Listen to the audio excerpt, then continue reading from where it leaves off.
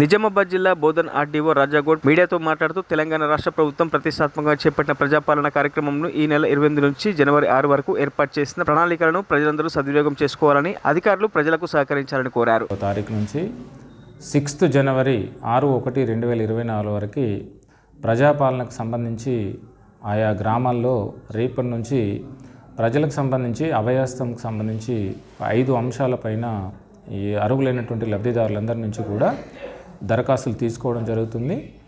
ఇందుకు గాను మనం ప్రతి మండలికి ముఖ్యంగా మనకి బోధన్ రూరల్, అదేవిధంగా ఎడపల్లి, రెంజల్, నోయిపేట్ ప్రతి మండల్లో తహసీల్దారు మరియు ఎంపీడీఓ ఇద్దరి సారథ్యంలో 2 టీమ్స్ ఏర్పాటు చేయడం జరిగింది. సాలూరాకి తహసీల్దార్ నేతృత్వంలో ఒక టీం ఏర్పాటు చేశాము. అదేవిధంగా బోధన్ అర్బన్లో 3 టీమ్స్ ఏర్పాటు చేయడం జరిగింది. ఈ 3 టీమ్స్కి సంబంధించిన వీటితోటి కలిపి మొత్తం మనకి 12 టీమ్స్ కాన్ఫరెన్స్లు ఏర్పాటు చేశాము. ఈ ఒక్కొక్క టీము ప్రతిరోజు కూడా ఉదయం 8 నుంచి 12 గంటల వరకు ఒక గ్రామం లేదా ఒక వార్డును సందర్శిస్తారు. మళ్ళీ మధ్యాహ్నం 2 గంటల నుంచి 6 గంటల వరకు ఇంకొక గ్రామం లేదా వార్డును సందర్శిస్తారు. దీనికి సంబంధించి మనకి రాష్ట్ర ప్రభుత్వం నుంచి ప్రిస్క్రైబ్డ్ ఫార్మాట్లో ఉన్నటువంటి అప్లికేషన్ ఏదైతే ఉందో 4 పేజీలకు సంబంధించి ఈ అప్లికేషన్ కూడా ఇప్పుడు రావడం జరిగింది. రేపు ఉండేటువంటి గ్రామాల్లో గ్రామ సభలో ఉండేటువంటి అప్లికేషన్స్కి సంబంధించి సుమారుగా ఒక 10,000 అప్లికేషన్స్ వచ్చాయి. అవి కన్సర్న్ ఎంపీడీఓ ద్వారా ఈరోజే పంచాయత్ సెక్రటరీస్ ద్వారా మనం పంపిణీ చేయడం అనేటువంటి జరిగింది.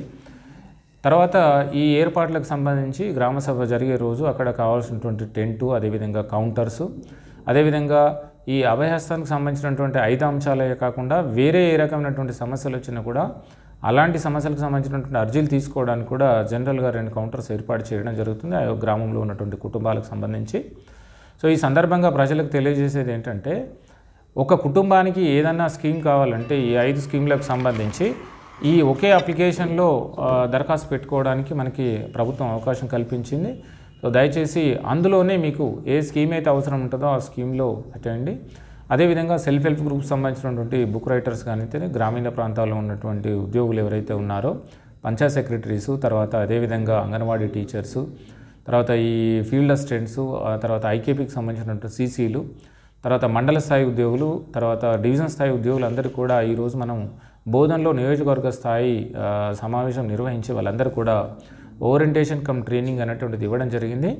ఎక్కడ కూడా గ్రామ సభ జరిగేటువంటి రోజుల్లో ఎక్కడ కూడా ప్రజలకి అర్జీలు తీసుకొని వచ్చేటువంటి వాళ్ళకి ఇబ్బంది లేకుండా చూడాలని వాళ్ళకి ఆదేశాలు జారీ చేయడం జరిగింది.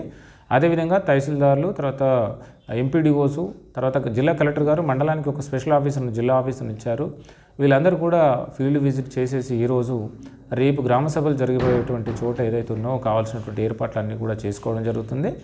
అదేవిధంగా ప్రతి గ్రామంలో కూడా కొంతమంది నిరక్షరాస్యులు, చదువుకోలేనటువంటి వాళ్ళు ఉంటారు కాబట్టి వాళ్ళ దరఖాస్తులు ఫిలప్ చేసుకోవడానికి స్థానికంగా ఉన్నటువంటి యూత్ క్లబ్స్ కానీ, ఎన్ఎస్ఎస్ వాలంటీర్స్ కానీ, లేకపోతే ప్రభుత్వ పరంగా ఉన్నటువంటి ఇంకెవరైనా సిబ్బంది ఉంటే కూడా వాళ్ళని కూడా అరేంజ్ చేయమని చెప్పాము. ఈ దరఖాస్తుతో పాటుగా ఖచ్చితంగా మనం దరఖాస్తు తీసుకున్న తర్వాత ప్రతి 100 కుటుంబాలకు ఒక కౌంటర్ ఏర్పాటు చేయడం జరుగుతుంది గ్రామ సభలో. గ్రామ సభ అయిపోయిన తర్వాత కూడా ఆ గ్రామంలో సంబంధిత పంచాయత్ సెక్రటరీ తోటి 1 లేదా 2 కౌంటర్లు ఉండి 6వ తారీఖు వరకు కూడా ఇంకెవరైనా మిగిలిపోయిన వాళ్ళు ఉంటే అర్జీలు తీసుకోవడం అనేటువంటిది జరుగుతుంది. సో రేపటి నుంచి కూడా అర్జీలు తీసుకోవడానికి పర్మనెంట్గా ప్రతి గ్రామ పంచాయతీలో ఆ కుటుంబాల సంఖ్య ఆధారంగా 1 లేకపోతే 2 లేదా 3 కౌంటర్స్ పెడుతున్నాము. జనరల్ అప్లికేషన్స్ తీసుకోవడానికి కూడా 1 లేదా 2 కౌంటర్స్ పెడుతున్నాము. గ్రామ సభ జరిగిన రోజు తీసుకోవడం జరుగుతుంది, గ్రామ సభకు ముందు తీసుకోవడం జరుగుతుంది, గ్రామ సభ అయిపోయినాక కూడా తీసుకోవడం జరుగుతుంది.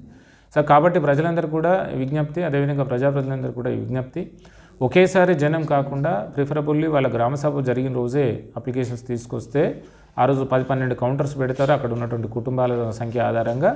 సో ప్రజలకు ఇబ్బంది లేకుండా ఉంటుంది.